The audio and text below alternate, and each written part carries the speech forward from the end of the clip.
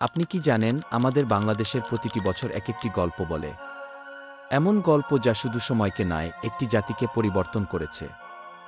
আজ আমরা সেই অজানা, চমকপ্রদ এবং গৌরবময় মুহূর্তগুলোর মধ্যে দিয়ে ভ্রমণ করব, যা আমাদের অতীত, বর্তমান এবং ভবিষ্যৎকে সংজ্ঞায়িত করেছে।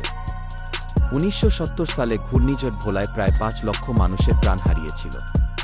এই বিপর্যয় শুধু একটি দুর্যোগ ছিল না, এটি বাংলাদেশের স্বাধীনতা আন্দোলনের আগুন আরও প্রজ্বলিত করেছিল। কারণ এই সময়ে বৈষম্যমূলক সাহায্যের অভাবে জনগণের ক্ষোভ আরও বৃদ্ধি পায়। ৭ মার্চের ভাষণটি শুধু একটি বক্তব্য ছিল না, এটি ছিল একটি মুক্তির ডাক।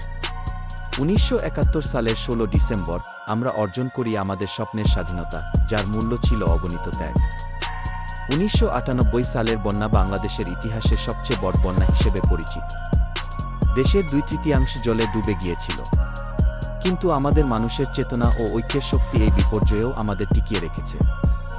২০১৫ সালে ডিজিটাল বাংলাদেশ ধারণা বাস্তবায়নের দিকে দ্রুত অগ্রসর হয়।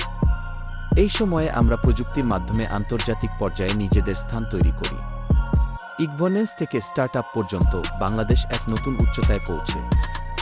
২০২৪ সালে বাংলাদেশ তার প্রথম মেট্রো রেল প্রকল্প সম্পন্ন করেছে, যা রাজধানীর যানজট সমস্যার সমাধানে একটি যুগান্তকারী পদক্ষেপ। এটি শুধু একটি উন্নয়ন নয়, এটি একটি প্রতিশ্রুতি, একটি আধুনিক বাংলাদেশের প্রতিশ্রুতি। আমাদের অতীত আমাদের শিক্ষা দেয়, বর্তমান আমাদের শক্তি যোগায়, আর ভবিষ্যৎ আমাদের আশা। এই যাত্রাটি কেবল শুরু। আমাদের গল্প প্রতিনিয়ত তৈরি হচ্ছে।